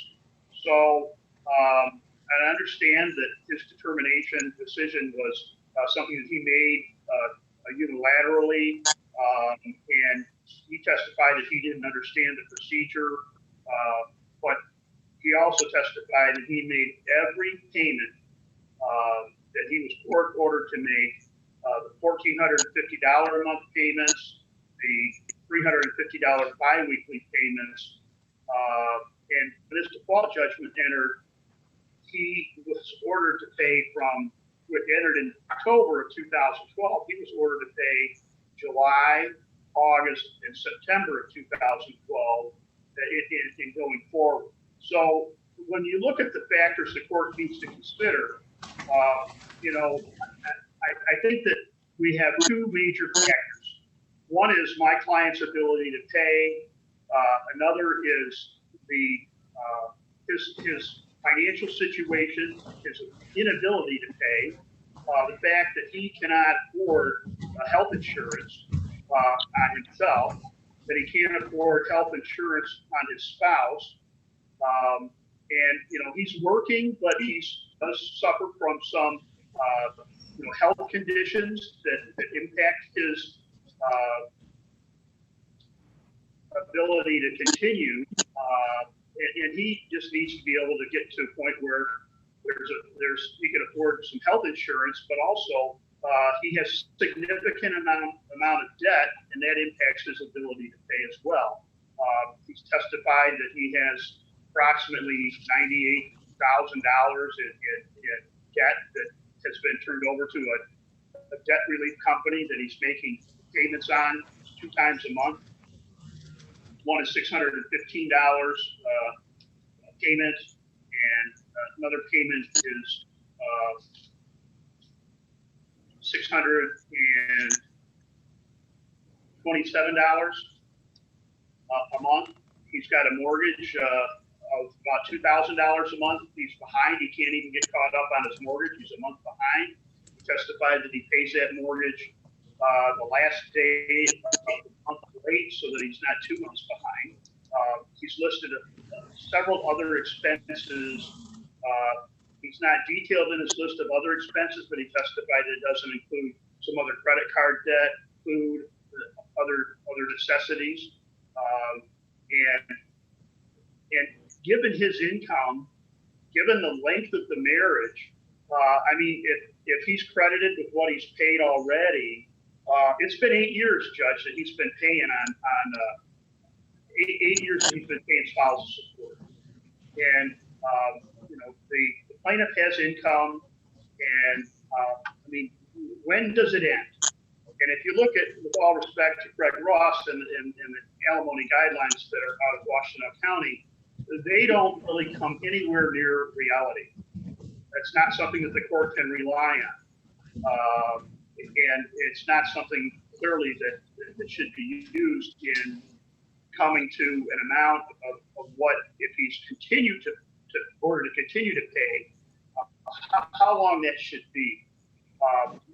Given my client's circumstances, the only time that he testified that he did not make payments was when he was subsequent to his March 2015 open heart surgery. He had a quadruple bypass. And you know, his ability right now with his income and with his expenses and the expenses that are associated with his wife because of her medical condition, I think it warrants relief. You know, he should not be ordered to continue to pay $350 biweekly. He can't afford it, and that's evidenced by other things that he cannot afford. As far as the standard of living, you know, when you have two incomes in one household, your standard of living is higher than it is when you only have one income. And so, you know, my client's present situation is he's employed. He doesn't have health insurance is provided to him by his employer. He tried to sign up for the Affordable Care Act for his wife. He made too much money as far as the guidelines were concerned. And then he's getting penalized and charged for a portion of 5 months of premiums, which the federal government paid based on his understanding. So I think we're entitled to the relief that we've requested. I think that certainly the 7.5 years that has been paid already is a sufficient length of time and term, but sometime the gravy train's got to end. And through the default judgment, through the order regarding spousal support in the default judgment, there was no time frame for it ending other than death or remarriage. I don't think that this is a case that warrants or should warrant permanent spousal support. And I think that he's certainly paid a sufficient amount, almost $100,000 of spousal support over the period of time, 7.5 years. If he's credited for the overpayment, it would carry it through this month, the 8 years. And I don't think that the court should continue to order him to pay that support. And in the alternative, Your Honor, if he is ordered to continue to pay support, it certainly should not be at anywhere near what he's ordered to pay now. He doesn't have the ability to do that. And if Your Honor is considering a continuation of support, you know, we would request that payment be made $100 per week through an EFT or direct deposit for a short period of time, Your Honor. Thank you. Mr. Thank Falley? you for your time and attention, Your Honor.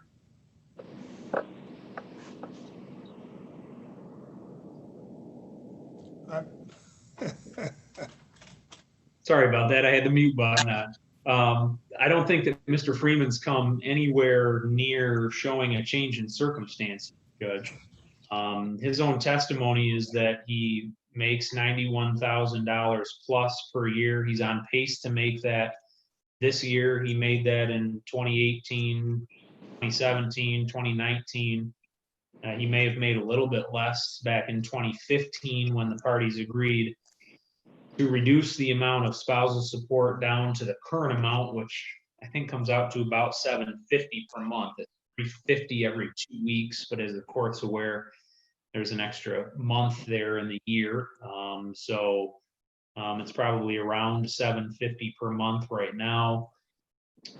Mr. Freeman alleges, I think his best argument, if you want to look at it from that perspective first, his best argument is that he has some health issues, but we haven't received any information or documentation today other than his testimony that would support the position that he is unable to work. In fact, his own testimony is that he's on pace to make the same amount this year as he did last year and the year before and the year before and the year before.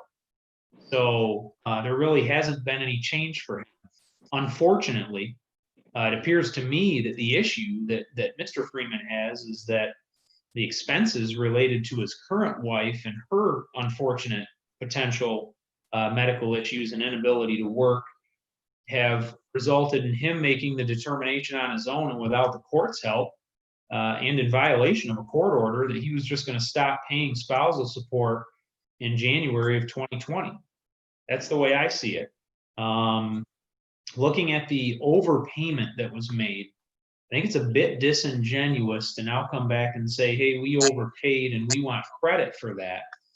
I just got out something I haven't looked at since law school. It's called the Black's Law Dictionary. I wanted to look up the definition of a gift, an inter vivos gift. And what that indicates in the Black's Law Dictionary is that a gift made during the donor's lifetime and delivered with the intention of irrevocably surrendering control over the property is defined as an inter vivos gift. And what we have here, I think, is a situation from 2015 through May of 2017, where Mr. Freeman, out of the goodness of his heart, I think my client's testimony was, he said, don't worry about it, paid my client $187.50 per week instead of the required amount of $175 per week. And then from May of 2017 to December 2019, again, out of the goodness of his heart, was paying $200 per week. My client appreciates that very much. I think that is something that was evidenced today in her testimony. Her testimony was that she talked to him about it and he said, don't worry about it. And so it appears to me that overpayment, if that's what you want to call it, was intended to be a gift, but now is Mr. Freeman and his counsel are attempting to turn that around and indicate that it was an overpayment. They want credit for it. Fact of the matter is Mr. Freeman hasn't alleged any real change in circumstances, and he has to do that in order to change what amounts to, from what I can see, as a permanent spousal support award, because in the judgment of divorce, the only two issues or the only two conditions to the spousal support, my client's death and my client's remarriage. As she testified today, she's still alive and she hasn't been remarried. And so I think this court retains the ability to change the amount of spousal support, but it's supposed to continue indefinitely based on the duration of the marriage. It sounds like fault was involved based on my client's testimony today, and Mr. Freeman having a girlfriend down in the New Orleans area when this all started. Parties had one remaining living child together. They have grandchildren. My client's testimony actually supports an increase in spousal support because she's making about $5,000 less now due to the COVID pandemic than she was last year. And that doesn't include an additional potentially up to $600 per year that she was making baking cakes on the side and doing other catering. So if anything, her income has been significantly reduced, more so than Mr. Freeman. And while I can sympathize that health insurance is expensive, it's expensive for everyone. Same with our family. We have a horrible policy, but it is what it is. High deductibles. And unfortunately, that's the position he finds himself. It sounds like a lot of the issues and problems that unfortunately, and again, Mr. Freeman maybe should have looked into this before he got married. A lot of the financial issues that he's facing now were because he didn't do enough research about the impact of his marriage to his current wife on some of the benefits that she was receiving. It sounded to me like she was receiving health insurance before they got married, but then when they got married, his income had to be taken into consideration, and now she has to pay a lot more. My client shouldn't have to pay for that. I would find it hard to believe that Dana, I'm assuming her last name is Freeman, but Mr. Freeman's current wife was probably exhibiting some form of medical issues and problems before they were married back in December 2018. And with all due respect to Mr. Freeman, he has the ability to make the decision to marry someone. That's all his, but it doesn't seem that it was thought out from a financial perspective. And so we would ask the court at a minimum to keep the current amount of spousal support in place, and that's $350 every 2 weeks. It's our position that my client's income has actually gone down due to the COVID now, especially the COVID outbreak. And the Washtenaw guidelines, I know they're non-binding, but they are to be used potentially as guidance, if nothing else. Recommend, and I attach it as Exhibit 1 to my evidentiary hearing brief, $1,200, and I think it was $1,246 $1,248 per month. So we would ask the court to, based on all of the testimony, to at least continue at a minimum the current amount for 5 more years, so my client can reach full retirement age as defined by the Social Security Administration currently, which is between 66 and 67 years old. My client, as this court is aware, she accepts her Social Security benefits at 62, as opposed to, let's say, 66 or 67. She's going to be receiving hundreds of dollars less per month if she were to do that. She's had to take withdrawals out of her own retirement account last year twice, and this year once so far, possibly more, to be able to live. And, you know, Mr. Navarre wanted to bring up the gambling. I understand that. Looks like it was something that my client did for entertainment. Her testimony was she did it maybe once per month. I don't think there's any type of an issue or problem there, and it doesn't sound like she was gambling excessively. So I guess I understand why it was brought up, but good for her for winning $1,500. I can tell you, I've never won $1,500 gambling. So again, we would ask the court to, at a minimum, keep the current amount of child support in place and consider increasing it to $1,000 per month for 5 more years. Thank you, Your Honor. Anything further, Mr. Navarre? Yes, Your Honor. The motion that was filed by my client references the statute, 552.28. And this was a default judgment that entered. The court, on petition of either party, may revise and alter alimony. And that's what my client filed a motion for, to modify. Mr. Falhey's argument about my client making an intervivals gift to the plaintiff, the overpayments that he made, my client's position was that he was paying that as spousal support. It was received by the plaintiff. She got the use and benefit of it.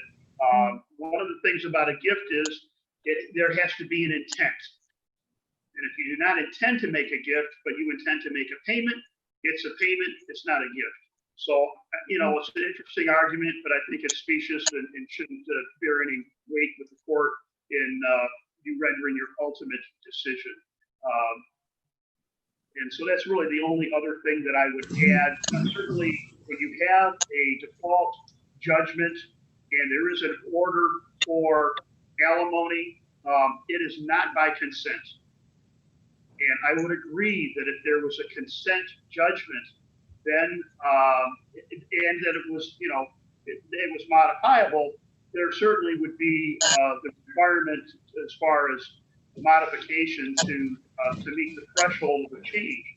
But my client clearly has indicated there's a change in circumstance of this situation, which has affected and impacted his ability to pay. Both of those things are proper for the court to consider in making a modification or in terminating. So my client's request is that you terminate the support obligation. You give him credit for the $46.75. He's $225 in arrears, and that should bring him square as far as up to today's date is concerned, and that's the relief that my client seeks. Thank you, counsel. So I think a threshold issue here is, has there been a change of circumstance that would justify the court revisiting support, the spousal support? The moving party here, Mr. Freeman, testified concerning his own health issues, although I note that they haven't kept him from working, and he intends to continue working. He did get married, and his current wife has suffered a decline in health. Certainly that is a changed circumstance. The other hand, we've got testimony from the plaintiff that she herself has experienced a change in circumstance. Due to COVID-19, she's no longer able to work her second job and has seen her income decline. So I think the threshold has been met on both sides. So as I go through the factors, I think they're probably not fully applicable here, given that we're looking at a modification as to opposed to an initial award. Past relations and conduct of the parties, the circumstance that led to the divorce was the defendant being discovered as having a girlfriend. I can't imagine something more upsetting to a spouse to find out that the other one has been carrying on an illicit relationship. This was a lengthy marriage. Both parties, although they're experiencing health problems, make it clear that those health problems are not keeping them from working, and they both intend to continue working in large part because they have to. Property award, that's long past. Ages, both are nearing retirement age. I'm going to skip ability to pay for the moment.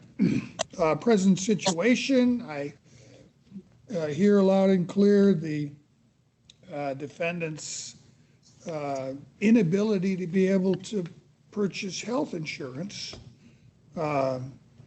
Certainly that is concerning to the court. On the other hand, it looks like a lot of the inability to pay was due to his own choices to incur debt. I don't fault him for attempting to pursue the investment in the food cart to enhance his income.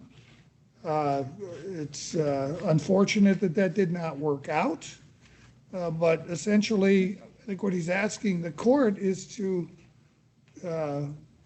have the plaintiff bear the risk that that was going to be a failed venture. If he weren't paying the significant debt incurred for that, I don't think we'd be here today. Needs of the parties, they both have financial needs, clearly. The plaintiff is having to go to food pantries to get enough food to eat. Defendant is having to forego health insurance because he can't find a plan that he affords. So I guess there's some needs on both sides. I already spoke to the health. Prior standard of living, clearly, I can look at the current standard of living. We've got the defendant with $90,000 a year. We've got plaintiff with $32,000 a year. That obviously translates into a significant difference in their current standard of living. Their prior standard of living, I'm sure, was probably somewhat higher for defendant, but significantly higher for the plaintiff. Contributions to the joint estate, that really is more for at the time of divorce as opposed to a modification. Party's fault in causing the divorce, again, time of divorce, although the record's clear that it was indeed the defendant's illicit relationship that resulted in the breakup of this marriage. The effect of cohabitation on financial status, defendant's current wife and her health circumstances certainly are contributing negatively to his financial status. And then finally, general principles of equity. So as I look at ability of the parties to pay, in this case, it's the defendant's ability to pay, Um, If you look at how much he's spending each month, the ability to pay is certainly challenged. But if you look at what created those expenses and decisions on his part, the choices to incur debt, to go into debt, I'm less sympathetic. If I look back to the situation that existed up until the end of the year, and I didn't hear anything to suggest that his circumstances this year were significantly different than his circumstances last year, maybe different from the time the last award was made, but not significantly different this year from last. Last year, he found a way, despite his circumstances, to be able to pay $200 a week in alimony. I think that's the best measure of his ability to pay. He obviously got tired of paying that and tired of feeling stretched, but I think he's far more stretched by the indebtedness that he's incurred than he is by the modest spousal support that he's paying. I was particularly struck by the plaintiff's testimony of how lenient she has been voluntarily on the issue of spousal support.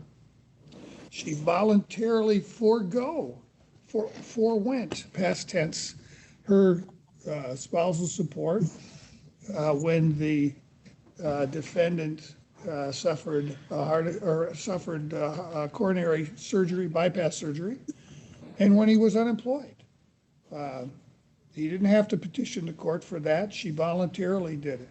I do believe her testimony concerning the initial award up until the time it was changed, that even though the full amount ordered was paid, that half of it was reimbursed. Her testimony was very credible, particularly as to how they arrived at the new amount through the consent order reached with referee Manzer. It's exactly half, which, according to her testimony, which I believe was what they had voluntarily agreed to do. So for all of these reasons, I do find that continued spousal support is warranted. I'm going to award it in the amount of $200 per week. That will continue until the earlier of the plaintiff's death, the plaintiff's remarriage, the plaintiff's election to start collecting Social Security, or defendant's eligibility for full Social Security benefits, whichever of those occurs first. I am going to give credit for the $46.75 overpaid. I don't want Mr. Freeman to start out with a deficit. I think there's a relatively minor one if he's credited for that. But this $200 per week begins effective August 1st. Mr. Fallahy, you'll prepare an order reflecting my ruling? Will, Your Honor, thank you. Thank you, counsel. That Thank you, concludes Your our Honor. hearing. We take your time into consideration. That concludes my matters. Have a good rest of the day, Your Honor. Thank you, Judge. Shannon, you could take us off the record. I need to take another short break, gentlemen, before I call your case, but I thought I'd let you in. Hold on. We're still waiting on an audio connection. Good afternoon, Your Honor. Hello? Okay, I'm going to take a short break. I assume you've been watching the YouTube, so you know what I've been busy doing. I do need to take a short break. It will be no more than 5 minutes at most. I'm going to stop the live stream. So if you gentlemen, I'm going to leave the the meeting open, so if you gentlemen want to converse, you're welcome to. I'm going to